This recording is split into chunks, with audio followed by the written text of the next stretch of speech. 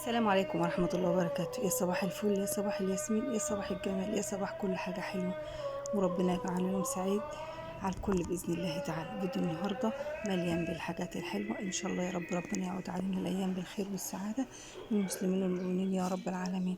شوفوا فيديو النهاردة وقولوا رأيكم فيه إيه، وإن شاء الله إن شاء الله ينول إعجابكم ويكون فيديو جميل جدا جدا جدا. شوفوا الفيديو لحد الآخر إن شاء الله هيعجبكم بإذن الله تعالى.